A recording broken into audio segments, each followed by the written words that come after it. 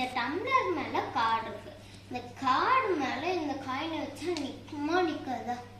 நிக்குமா நிக்காதா? நிக்குமா நிக்காதா? சரி வாங்க ட்ரை பண்ணி பார்ப்போம். நிக்கலையே. ஐயா காயின் நின்றுச்சு. இது பின்னாடியே சயின்ஸ் இருக்கு. பார்க்கலாமா அத? Hi friends, welcome to science with Kadharnilavan. இந்த கார்டு மேல காயின் எப்படி கீழே விழுகாம இருந்துச்சுன்னு தெரியுமா?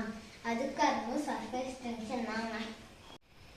ஒரு காலி டம்ளர்ல ஒரு கார்டை வச்சு காயின் வச்சு ஏன் பேலன்ஸ் ஆக மாட்டேங்குதுன்னு உங்களுக்கு தெரியுமா? ஏன்னா காயினோட வெயிட் அதிகமா இருக்கும். ஆனா அந்த கார்டோட இன்னொரு சைடு யார் பிடிச்சி இருக்கா சீசா மாதிரி விழுந்துரும். ஒரு தண்ணி ஃபுல்லா இருக்க டம்ளர்ல ஏன் கார்டை வச்சு காயின் வச்சா அது பேலன்ஸ் ஆகுதுன்னு உங்களுக்கு தெரியுமா? ஏன்னா அத பிடிக்க இன்னொரு சைடு வாட்டர்ல இருக்க சர்ஃபேஸ் டென்ஷன் இருக்கு.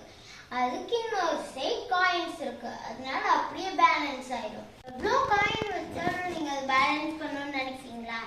அப்படிலாம் இல்லைங்க. அந்த வாட்டர் சர்ஃபேஸ் டென்ஷனோட கொஞ்சம் கம்மியா வெயிட் இருந்தாதான் அது பேலன்ஸ் பண்ணும். அதோட அதிகமா வெயிட் இருந்துச்சுன்னா அது கீழே விழுந்துடும். இப்ப எக்ஸ்பெரிமெண்ட்குள்ள போலாமா? நம்ம எக்ஸ்பெரிமெண்ட்டுக்கு தேவையான பொருட்கள் பார்க்கலாம். ஒரு காலி டம்ளர், ஒரு கார்டு, கொஞ்சம் காயின்ஸ், அதுக்கப்புறம் கொஞ்சம் வாட்டர். இப்போ நம்ம வெறும் டம்ளர் வச்சு கார்டை பேலன்ஸ் பண்ணி பார்ப்போமா? விழுந்துருச்சே. இப்போ நம்ம கிளாஸ் ஃபுல்லாக தண்ணி ஊற்றி ட்ரை பண்ணி பார்க்கலாமா?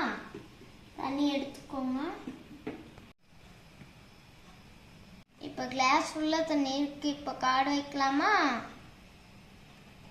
கார்டை வச்சுட்டு இப்போ காயின் வைக்கலாமா? பேலன்ஸ் ஆகுதுன்னு பார்ப்போமா? பேலன்ஸ் ஆயிடுச்சு. 2 coins, 3 coins, 4th காயின்ல வந்துருச்சு. இப்போ 4 காயின் வைக்கும் தான் அந்த சர்ஃபேஸ் டென்ஷனோட காயின் வெயிட் அதிகமாயிடுச்சு.